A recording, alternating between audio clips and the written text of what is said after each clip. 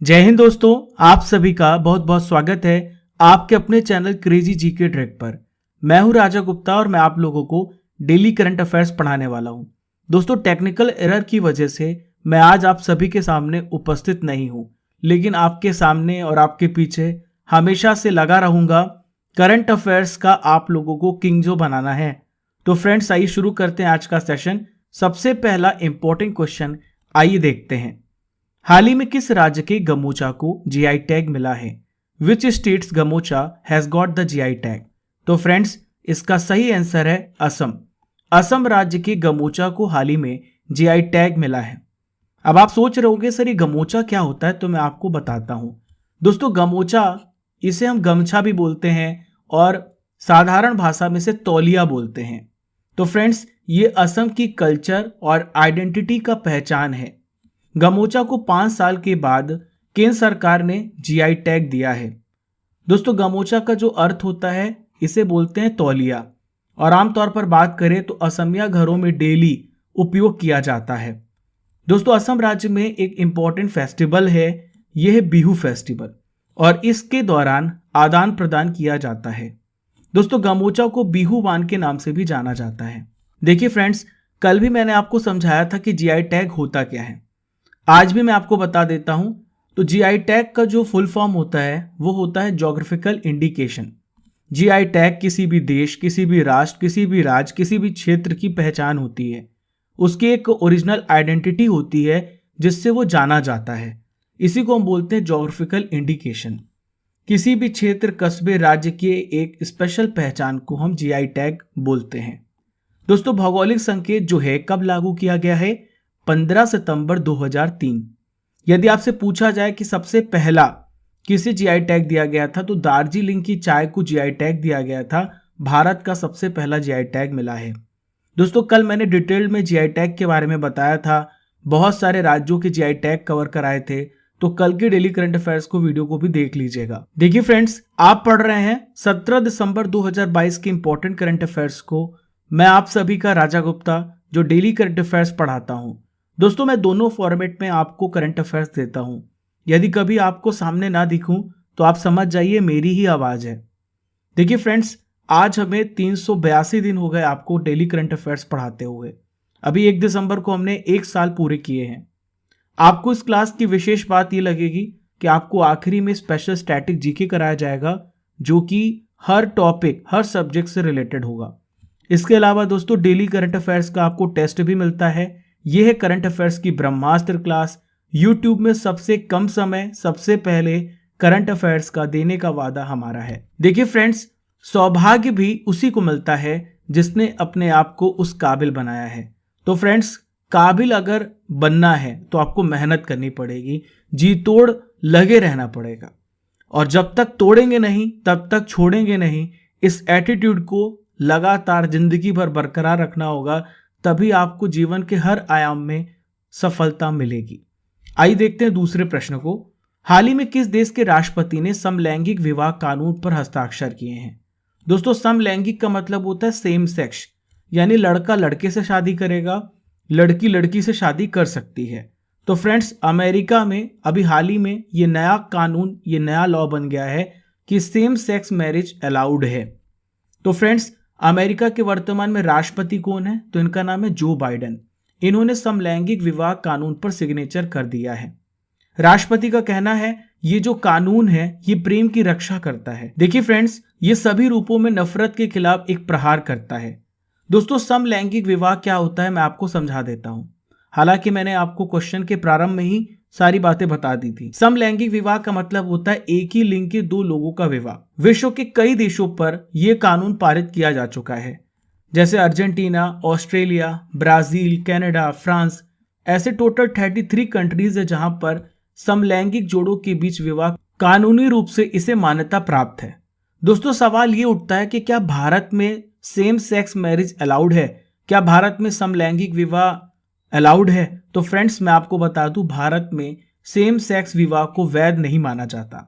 Article 21 के तहत विवाह का अधिकार एक फंडामेंटल राइट है, लेकिन समान सेक्स विवाह भारत में वैध नहीं है। देखिए फ्रेंड्स, यहां पर मैं आपको 16 दिसंबर 2022 के रिजल्ट्स दिखा रहा हूं। यहाँ टॉप किया कविता देवी जी ने, निखिल पांडे, सोनू कुशवाहा, राज रतिकांता और भैरू सिंह। कॉन्ग्रेचुलेशन। और जो पीछे रह गए, आप सभी को मौका मिलता है डेली करंट अफेयर्स के क्विज में पार्टिसिपेट करने का। ये क्विज कहाँ पर होती है? हमारे क्रेजी जीके ट्रिक एप्लीकेशन पर। आपको crazy GK trick application download करना है गूगल प्ले स्टोर पे सर्च करके। इस प्रकार से आपको इंटरफेस मिल जाएगा। यहाँ पर आपको मिलेगा वीडियो, पीडीएफ और क्विज। ये भी पूरा सब फ्री में है। तो डेली करंट अफेयर्स का जो सेक्शन है वो पूरी तरीके से फ्री है। ये सेक्शन आपको पूरा मुफ्त में मिलता है। चलिए फ्रेंड्स, आइए देखते हैं क्वेश्चन नंबर 3। हाल ही में विजय दिवस मनाया गया। तो विजय दिवस कब मनाया जाता है? तो फ्रेंड्स, विजय दिवस मनाया जाता है 16 दिसंबर को। कब मनाया जाता है? 16 दिसंबर को। दोस्तों, भारत पाकिस्तान के बीच में 1971 में युद्ध हुआ था, क्योंकि भारत बांग्लादेश को आजाद कराना चाहता था। पहले बांग्लादेश जो था इसे पूर्वी पाकिस्तान कहा जाता था। बांग्लादेश मुक्ति संग्राम में पाकिस्तान पर भारत की जीत के उपलक्ष्य पर हर साल 16 दिसंबर को विजय दिवस मनाया जाता है। फ्रेंड्स, 16 दिसंबर 1971 को आप याद रखिएगा। भारत ने 13 दिन तक युद्ध किया था और पाकिस्तान के खिलाफ युद्ध जीत लिया था। ये जो युद्ध था 3 दिसंबर को स्टार्ट हुआ था और 16 दिसंबर को खत्म हो गया था। दोस्तों, पाकिस्तानी सेना के प्रमुख जो हैं उस समय जनरल अमीर अब्दुल्ला खान नियाजी ने लगभग 93,000 पाकिस्तानी सैनिकों के साथ भारतीय सेना और बांग्लादेश की मुक्ति बाहिनी की संयुक्त सेना के सामने आत्मसमर्पण कर दिया था। दोस्तों, सेकेंड वर्ल्ड वॉर के बाद ये सबसे बड़ा सैन्य आत्मसमर्पण था। देखिए फ्रेंड्स, जब युद्ध खत्म हुआ तो इसके रिजल्ट में बांग्लादेश का जन्म हुआ। उस समय वो ईस्ट पाकिस्तान कहा जाता था और इसी दिन को बांग्लादेश विजय दिवस के रूप में मनाता है, जो पाकिस्तान से देश की औपचारिक स्वतंत्रता का प्रतीक है। दोस्तों, युद्ध के 8 महीने के बाद भारत और पाकिस्तान ने 1972 में समझौता किया और समझौते के तहत भारत ने 93,000 पाकिस्तानी युद्ध बंदियों को रिहा करने पर भारत सहमत हुआ। फ्रेंड्स, 1971 का जो भारत पाकिस्तान युद्ध था कब शुरू हुआ था? 3 दिसंबर 1971 को 11 भारतीय एयरबेस पर हवाई हमले किए और इसके बाद से युद्ध शुरू हो गया, जब पाकिस्तान ने भारत पर हमला किया था। इंदिरा गांधी ने सेना प्रमुख जनरल, इनका नाम है सैम मानेकशॉ, इनको पाकिस्तान के खिलाफ युद्ध लड़ने की खुला आदेश दे दिया और उसके बाद भारत, आप सभी को पता है रिजल्ट क्या हुआ। चलिए फ्रेंड्स, आइए देखते हैं अगला प्रश्न। हाल ही में भारत ने किस मिसाइल का सफल परीक्षण किया है? तो भारत ने हाल ही में अग्नि 5 का सफल परीक्षण किया है। दोस्तों, अग्नि 5 के बारे में मैं आपको बता दूं, अग्नि 5 की जो रेंज है वो है 5000 किलोमीटर। दोस्तों, 15 दिसंबर को अग्नि 5 परमाणु सक्षम बैलिस्टिक मिसाइल का सफलतापूर्वक परीक्षण किया गया है। ये जो परीक्षण है कहां पर हुआ है? अरुणाचल प्रदेश के तवांग जिले में हुआ है। हाल ही में तवांग जिले में भारत और चीनी सैनिकों के बीच में झड़प हुआ और कुछ ही दिनों के बाद इस परमाणु मिसाइल का, अग्नि 5 का क्या किया गया है? परीक्षण किया गया है। दोस्तों, अग्नि 5 की रेंज मैंने आपको बता दी। इसका जो रेंज है वो है 5000 किलोमीटर। दोस्तों, इसे कहते हैं फायर एंड फॉरगेट, यानी दागो और भूल जाओ। इसके अलावा अग्नि मिसाइल की और भी श्रेणियां हैं भारत में, जैसे अग्नि 1, इसकी रेंज 1000 किलोमीटर है, 2 की 2000 किलोमीटर है, 3 की 2500 किलोमीटर है, या आप 3000 कह सकते हैं। अग्नि 4 की रेंज 4000 किलोमीटर है, 3500 किलोमीटर से अधिक है। और अग्नि पी, जिसे हम प्राइम बोलते हैं, इसकी मारक क्षमता 1000 से 2000 किलोमीटर के बीच में है। दोस्तों, यहाँ पे बात करूंगा डीआरडीओ की, क्योंकि भारत में जो रक्षा उपकरण होते हैं उसको तैयार करने का काम डीआरडीओ का होता है। डीआरडीओ का फुल फॉर्म है डिफेंस रिसर्च डेवलपमेंट ऑर्गेनाइजेशन। ये भारत सरकार के रक्षा मंत्रालय के तहत इंपॉर्टेंट रक्षा अनुसंधान और विकास एजेंसी है। इसकी स्थापना 1958 में हुई है और इसका हेडक्वार्टर न्यू दिल्ली है। हाल ही में इसके अध्यक्ष बनाए गए हैं, इनका क्या नाम है? समीर वी कामत। जी सतीश रेड्डी की जगह अभी हाल ही में डीआरडीओ के नए अध्यक्ष बने हैं समीर वी कामत। देखिए फ्रेंड्स, नेक्स्ट क्वेश्चन आप सभी के सामने रहा। अरुणोदय 2.0 योजना किस राज्य में हाल ही में शुरू की गई? तो अरुणोदय 2.0 स्कीम जो है हाल ही में असम राज्य में लॉन्च की गई है। किस राज्य में? असम राज्य में। असम राज्य के मुख्यमंत्री कौन है? तो इनका नाम है हिमंत बिस्वा शर्मा। इन्होंने राज्य सरकार की प्रमुख योजना अरुणोदय का सेकेंड एडिशन प्रारंभ किया है। इसका ऑब्जेक्टिव क्या है? तो इसका ऑब्जेक्टिव है जो इकोनॉमिक रूप से यानी कि आर्थिक रूप से जो कमजोर फैमिली है उन्हें इकोनॉमिक सिक्योरिटी प्रदान करना। दोस्तों, अरुणोदय योजना के तहत जो हमारे दिव्यांग भाई हैं और जो ट्रांसजेंडर हैं उन्हें भी शामिल किया गया है। यदि आपसे पूछा जाए कि जो इसका पहला एडिशन था ये कब लॉन्च किया गया, तो फ्रेंड्स अरुणोदय को 1 दिसंबर 2020 में लॉन्च किया गया है। दोस्तों, यहाँ पर योजनाओं की बात आ रही है, स्कीम्स की बात आ रही है, तो फ्रेंड्स मैं आपको बता दूं जितनी भी महत्वपूर्ण योजना अभी हाल ही में लॉन्च की गई है, आइए इसे डिस्कस करते हैं। सबसे पहली आमा योजना, इसे सिक्किम राज्य के द्वारा लॉन्च किया गया है। तो फ्रेंड्स, जो वहाँ की गैर कामकाजी महिलाएं हैं उन्हें 20,000 रुपए की आर्थिक सहायता दी जाएगी एनुअली, और ये स्कीम है आमा योजना। नेक्स्ट है मातृशक्ति उदयमिता योजना। नाम से स्पष्ट है, एंटरप्रेन्योरशिप को बढ़ाना है, हरियाणा राज्य के द्वारा शुरू की गई।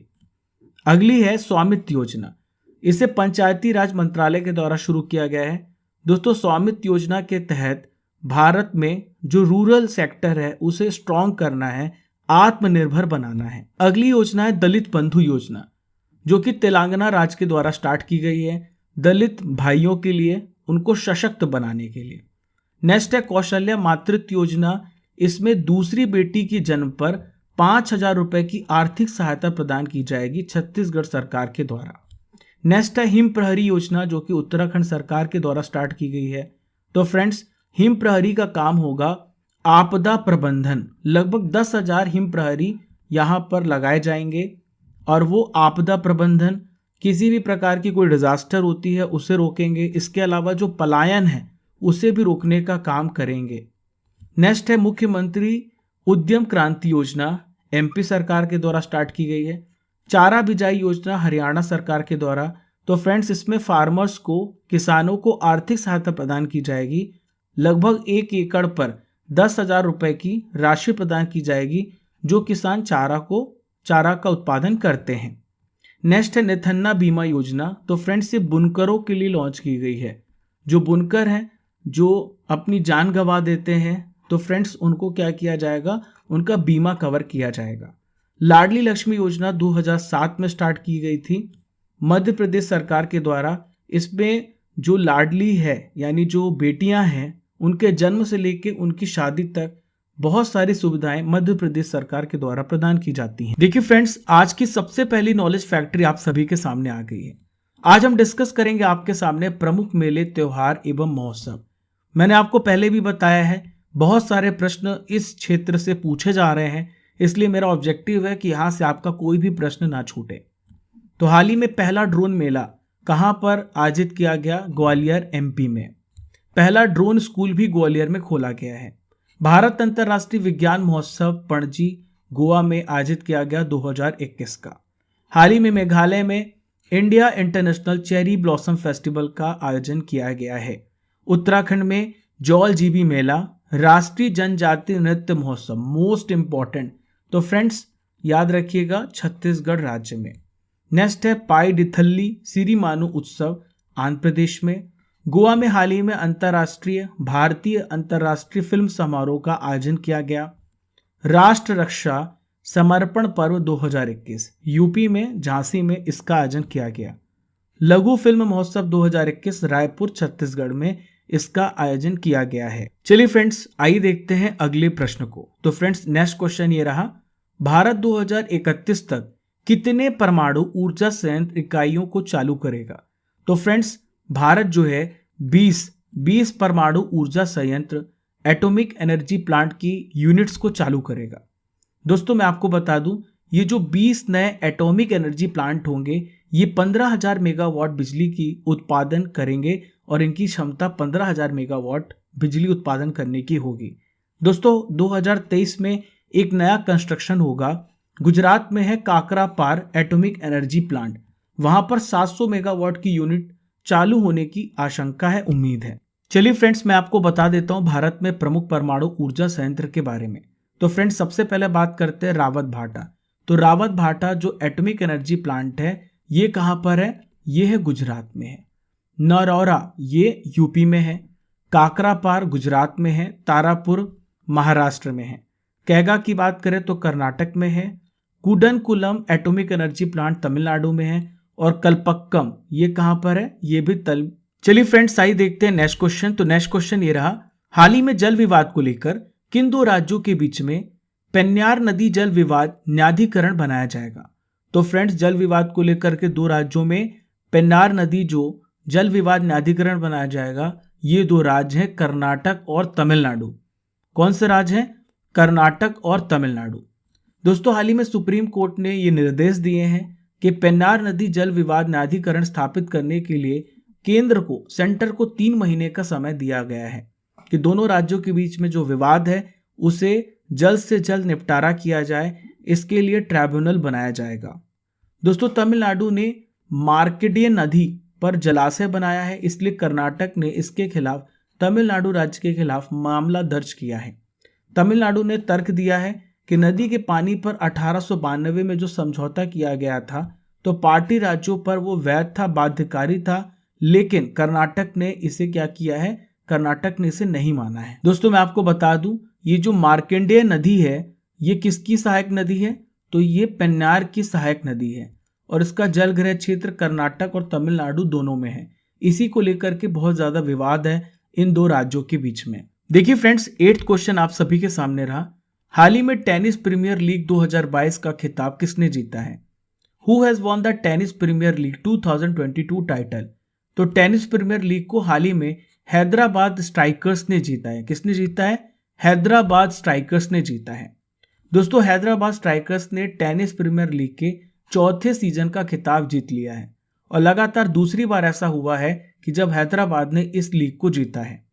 दोस्तों फाइनल मैच में इन्होंने किसको हराया है, तो फाइनल मैच में इन्होंने मुंबई लियोन आर्मी इनको हराया है। देखिए फ्रेंड्स यहाँ पर हमने स्पोर्ट्स करंट अफेयर्स की बात की है, तो स्पोर्ट्स से related I important current affairs को कवर करते हैं। हाल ही में 65 नंबर की राष्ट्रीय निशानेबाजी चैंपियनशिप में दिव्या टीएस ने कौन सा पदक जीता है, तो इन्होंने गोल्ड मेडल जीता है। ये चैंपियनशिप एमपी भोपाल में आयोजित की गई। दोस्तों श्रीलंका 2024 में अंडर 19 वर्ल्ड कप की मेजबानी करेगा। अगले वर्ष 2023 में भारत क्या करेगा, वर्ल्ड कप की मेजबानी करेगा। मुंबई ने पहली बार जीती है शहीद मुश्ताक अली ट्रॉफी। हाल ही में 2023 में महिला विश्व मुक्केबाजी चैंपियनशिप की मेजबानी कौन सा देश करेगा, तो हमारा भारत करेगा। दोस्तों स्विट्जरलैंड ने ऑस्ट्रेलिया को हराकर बिली जीन किंग कप को हाल ही में जीत लिया है। चलिए दोस्तों आइए बढ़ते हैं क्वेश्चन नंबर 9 पर। हाल ही में किस एयरलाइन ने GMR दिल्ली एयरपोर्ट का safety performer of the year का अवार्ड जीता है।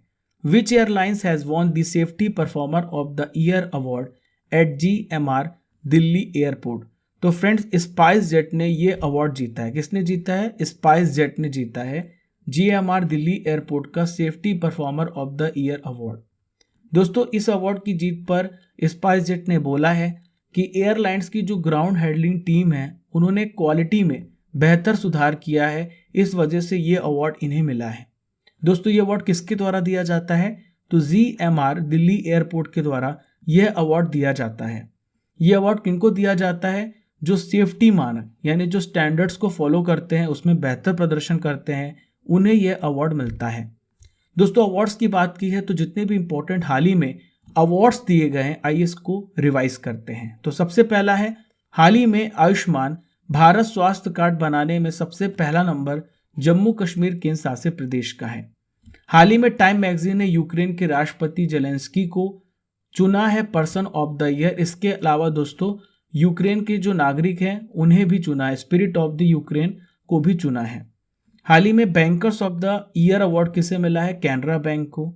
दोस्तों चिपको आंदोलन पर आधारित किताब को कमला देवी चट्टोपाध्याय NIF पुरस्कार मिला है। हाल ही में डॉक्टर कलाम सेवा पुरस्कार से किसे सम्मानित किया गया है, रवि कुमार सागर को। हाल ही में गांधी मंडेला पुरस्कार से दलाई लामा को भी सम्मानित किया जा चुका है। दोस्तों आज का आखिरी इंपॉर्टेंट करंट अफेयर्स आप सभी के सामने रहा। हाल ही में नवंबर महीने में मुद्रास्फीति कितने प्रतिशत रही, यानी मुद्रास्फीति को हम बोलते हैं इन्फ्लेशन। तो फ्रेंड्स मुद्रास्फीति में कमी आई है और ये हो गई है 5.85%। आपने देखा होगा बहुत सारी चीज़ों की जो वैल्यू है, प्राइस है, वो कम हुई है। तो फ्रेंड्स देश की जो थोक मुद्रास्फीति है अक्टूबर में 8.39% थी और नवंबर में ये घटकर 5.85% हो गई है। दोस्तों थोक मुद्रास्फीति मार्च 2021 के बाद तीसरी बार दोहरे अंकों से नीचे आ गई है। दोस्तों मुद्रास्फीति महंगाई किसे कहते हैं? जब इकोनॉमी में, अर्थव्यवस्था में समय के साथ विभिन्न माल और सेवाओं की कीमत में अगर बढ़ोतरी होने लगे तो उसे हम बोलते हैं मुद्रास्फीति। चलिए फ्रेंड्स, अब मैं आपको करंट अफेयर्स की रसमलाई खिला देता हूं, यानी 2022 के इंपॉर्टेंट करंट अफेयर्स को मैं आपके लिए डिस्कस करने वाला हूं। तो पहला प्रश्न ये रहा, दलीप ट्रॉफी 2022 का खिताब हाल ही में किसने जीता है? तो फ्रेंड्स पश्चिम क्षेत्र यानी वेस्ट जोन ने जीता है दलीप ट्रॉफी 2022 का खिताब। आप सभी अपना आंसर कमेंट बॉक्स पे जारी रखें। आईटीबीपी के दल ने पहली बार किस पर्वत चोटी पर चढ़ाई पूरी की है? तो फ्रेंड्स ये जो पर्वत चोटी इसका नाम है माउंट डोम खांग। हाल ही में समुद्री तूफान, इसका नाम है नोरू, 195 किलोमीटर प्रति घंटे की रफ्तार से किस देश की ओर बढ़ रहा था? तो ये फिलीपींस में आया है नोरू नाम का तूफान। संयुक्त राष्ट्र महासभा के 77वें अधिवेशन को भारत की ओर से किसने हाल ही में संबोधित किया है? तो फ्रेंड्स भारत के विदेश मंत्री डॉक्टर एस जयशंकर जी ने किया है। नेक्स्ट क्वेश्चन, नॉर्थ चैनल को पार करने वाले पहले भारत और एशिया के पहले पैरा स्विमर कौन बने हैं? तो मैंने आपको पढ़ाया था फ्रेंड्स, तो ये है मंजीत कादियान। क्या नाम है इनका? मंजीत कादियान। चलिए फ्रेंड्स, अब आपकी टेस्ट की बारी आ गई है। 10 प्रश्न आप सभी के सामने आएंगे जो भी आपने करंट अफेयर्स पढ़ा है। आइए देखते हैं 10 में 10 कौन लाता है। चलिए फ्रेंड्स, पहला प्रश्न देखते हैं। ज्योग्राफिकल इंडिकेशन किस वर्ष लागू हुआ? तो जो जीआई है, ज्योग्राफिकल इंडिकेशन है, ये 2003 में लागू हुआ है। कब लागू हुआ है? 2003 में। बांग्लादेश का निर्माण किस वर्ष हुआ था? तो फ्रेंड्स बांग्लादेश का निर्माण 1971 में हुआ है। अगला प्रश्न है, अग्नि 5 मिसाइल की मारक क्षमता कितनी है? तो यह 5000 किलोमीटर। रक्षा अनुसंधान और विकास संगठन डीआरडीओ के प्रेजेंट में अध्यक्ष कौन है? तो फ्रेंड्स इनका नाम है समीर वी कामत। डीआरडीओ की स्थापना कब की गई थी? याद रखिएगा, वेरी वेरी इंपॉर्टेंट क्वेश्चन, 1958 में। अरुणोदय 2.0 योजना किस राज्य से रिलेटेड है? तो फ्रेंड्स इसका संबंध है असम राज्य से। कौशल्या मातृत्व योजना किस राज्य से रिलेटेड है? तो कौशल्या मातृत्व योजना का संबंध छत्तीसगढ़ राज्य से है। पहला ड्रोन मेला कहां पर आयोजित किया गया था? तो ये मेला ग्वालियर में आयोजित किया गया था। काकरा पार परमाणु ऊर्जा संयंत्र किस राज्य में स्थित है? तो फ्रेंड्स इसकी लोकेशन गुजरात राज्य है। सैयद मुश्ताक अली ट्रॉफी 2022 को हाल ही में किसने जीता है? तो फ्रेंड्स इसे मुंबई ने जीता। किसने जीता है? मुंबई ने। दोस्तों अब बारी है 16 दिसंबर के करंट अफेयर्स की रिवीजन करने की। तो आइए देखते हैं पहला प्रश्न। हाल ही में सूर्य किरण युद्ध अभ्यास भारत और नेपाल के बीच में कहां पर शुरू हुआ? तो फ्रेंड्स ये साल झंडी में शुरू हुआ। कहां पर? साल झंडी। साल झंडी कहां पर है? नेपाल में है। भारत को फ्रांस से कौन सा राफेल विमान हाल ही में मिला है? तो भारत को 36वां राफेल विमान मिला है। आप अपना आंसर कमेंट बॉक्स पर जारी रखें। हम 16 दिसंबर के करंट अफेयर्स का रिवीजन कर रहे हैं। हाल ही में किस देश के द्वारा राष्ट्रीय आपातकाल की घोषणा की गई? तो फ्रेंड्स ये जो देश है ये है पेरू। फीना वर्ल्ड स्विमिंग चैंपियनशिप 2022 में 100 मीटर ब्रेस्ट स्ट्रोक में किसने राष्ट्रीय रिकॉर्ड बनाया है? तो फ्रेंड्स ये है चाहत अरोड़ा। संयुक्त राष्ट्र ने भारत की किस पहल को दुनिया की 10 प्रमुख पहलों में शामिल किया है? तो फ्रेंड्स ये है नमामि गंगे प्रोजेक्ट। हाल ही में किस देश ने धूम्रपान पर प्रतिबंध लगाने का कानून पारित किया है? तो फ्रेंड्स ये जो देश है ये है न्यूजीलैंड। भारत किस साल तक सर्वाइकल कैंसर का टीका लगाने की स्थिति में हो जाएगा? 2023 तक। तंदूर रेड ग्राम किस राज्य से रिलेटेड है जिसे जीआई टैग मिला है? तो तंदूर रेड ग्राम का संबंध है तेलंगाना राज्य से। किस राज्य में नगर वन स्थापित किया जाएगा? तो कहां पर स्थापित किया जाएगा? हिमाचल प्रदेश में। उपग्रह संचार के लिए स्पेक्ट्रम की नीलामी करने वाला पहला देश कौन है? तो फ्रेंड्स ये है इंडिया, भारत देश है। चलिए फ्रेंड्स, अब मैं आपसे प्रश्न करने वाला हूं जिसका उत्तर आपको कमेंट बॉक्स पे देना है। तो आज का क्वेश्चन ये रहा, किस राज्य के गमोचा को जीआई टैग मिला है? आपको कमेंट बॉक्स पर इसका उत्तर देना है। दोस्तों आज के स्टैटिक जीके के पिटारे में भारत की नदियां यानी इंडिया के रिवर्स को डिस्कस करने वाले हैं। बहुत ध्यान से हर प्रश्न को सुनिएगा। एग्जाम में इन सभी टॉपिक से आपके 2 से 5 नंबर तक पक्के हो सकते हैं। तो चलिए देखते हैं पहला प्रश्न। यहाँ पे पूछा गया है कि हिमालय पार की नदियां हैं, तो कौन सी नदी है जो हिमालय पार की है? आप देख लीजिए, इसका सही उत्तर है ब्रह्मपुत्रा, सिंधु और सतलज। देखिए गंगा जो है हिमालय की पार की नदी नहीं है, यहीं से एलिमिनेट हो जाएंगे तीनों ऑप्शन। निम्नलिखित में से नदियों की लंबाई का सही अवरोही क्रम कौन सा है, यानी बड़े से छोटा आपको बताना है। तो फ्रेंड्स आप देख लीजिए, तो देखिए इसका सही उत्तर है ब्रह्मपुत्रा, गंगा, गोदावरी, नर्मदा। सबसे लंबी जो है वो है ब्रह्मपुत्रा, उसके बाद गंगा, गंगा के बाद गोदावरी, गोदावरी के बाद नर्मदा। भारत की सबसे बृहत्तम नदी कौन सी है? तो भारत की जो सबसे लंबी नदी, सबसे बृहत्तम नदी है वो है गंगा। गंगा की लंबाई है 2525 किलोमीटर। गंगा नदी को बांग्लादेश में किस नाम से जाना जाता है? तो फ्रेंड्स याद रखिएगा, गंगा को बांग्लादेश में पद्मा के नाम से जाना जाता है।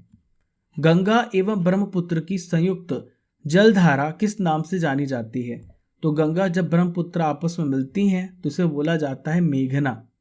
क्या बोला जाता है? मेघना। चलिए फ्रेंड्स नेक्स्ट क्वेश्चन को देखते हैं। भारत की सबसे अधिक नौगम्य दो नदियां कौन सी हैं जो नेविगेशन में इस्तेमाल की जाती हैं? तो दो नदियां हैं गंगा और ब्रह्मपुत्र। निम्नलिखित नदियों में से भारत में किस पर सबसे लंबा सड़क सेतु है? तो सबसे लंबा सड़क सेतु किस पर है? गंगा नदी पर। सुंदरवन का जो डेल्टा है कौन सी नदियां बनाती हैं?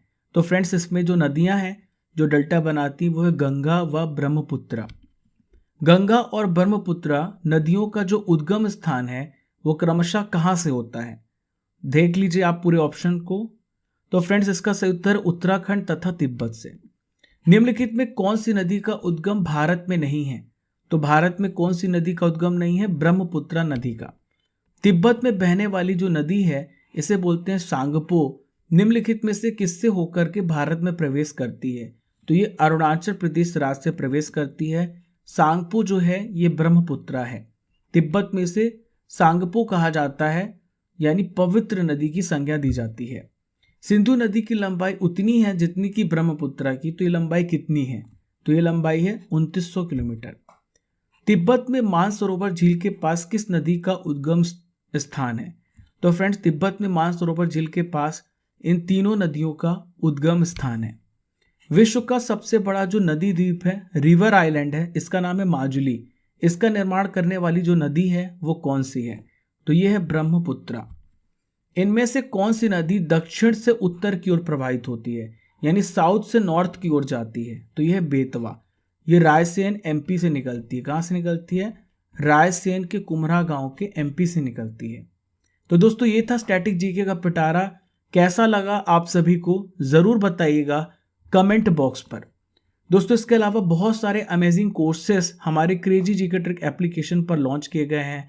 Mathematics, polity, history, reasoning, world geography, आप इन सभी को ज्वाइन कर सकते हैं। यहाँ पर आप यूज़ कीजिएगा RGCGT, Raja Gupta crazy GK trick. जब आप इस कोड का यूज़ करेंगे तो आपको मैक्सिमम डिस्काउंट मिल जाएगा। दोस्तों इसके अलावा इंपॉर्टेंट PDF और अपडेट्स के लिए टेलीग्राम को ज्वाइन कर लीजिएगा। हमने आपके लिए MP पटवारी कोर्स जो लॉन्च किया है, यहाँ भी आप RGCGT का कोड यूज़ करके इस MP पटवारी कोर्स को भी एनरोल कर सकते हैं। दोस्तों रूट एप्लीकेशन पर स्पेसिफिक टीचर्स जैसे पॉलिटी पंकज सर, अरिथमेटिक निशित सर, साइंस मैं पढ़ा रहा हूँ, तो आप ये कोर्सेज को भी सब्सक्राइब कर सकते हैं। Use code RGCGT, Raja Gupta crazy GK trick. दोस्तों पहली बार हमारे चैनल पर आ रहे हैं, don't forget to subscribe and press the like button. और दोस्तों शेयर करना बिल्कुल भी मत भूलना, क्योंकि हम कभी नहीं भूलते आपको लेक्चर देना। हमारा जो ड्यूटी है हम उसे पूरा करते हैं, तो थोड़ी ड्यूटी आपकी भी है। जो भी व्यक्ति जिसको भी इस लेक्चर की ज़रूरत है उसे ज़रूर शेयर करें। एक बच्चा एक अपने फ्रेंड को तो ज़रूर शेयर करें। आप हमें फॉलो कर सकते हैं इंस्टाग्राम पर, हम आपको इंस्टाग्राम पर मिलेंगे, फेसबुक पर, टेलीग्राम पर, यूट्यूब पर, सभी जगह हैं। दोस्तों इंपॉर्टेंट अपडेट्स के लिए इन सभी सोशल मीडिया प्लेटफॉर्म को ज्वाइन कर लीजिएगा। फ्रेंड्स अब चलने का समय हो गया है, इजाज़त दीजिए। कल फिर मिलेंगे इसी जोश इसी ऊर्जा के साथ। जब तक तोड़ेंगे नहीं तब तक छोड़ेंगे नहीं। जय हिंद, जय भारत। कल मैं आप सभी को सामने दिखूंगा। आज टेक्निकल एरर थी, इस वजह से सामने नहीं दिख रहा हूं, लेकिन आप तक डेली करंट अफेयर्स पहुंचाना था, वो मैंने आप तक पहुंचा दिया। चलिए फ्रेंड्स मिलते हैं फिर। खुश रहिए, मुस्कुराते रहिए।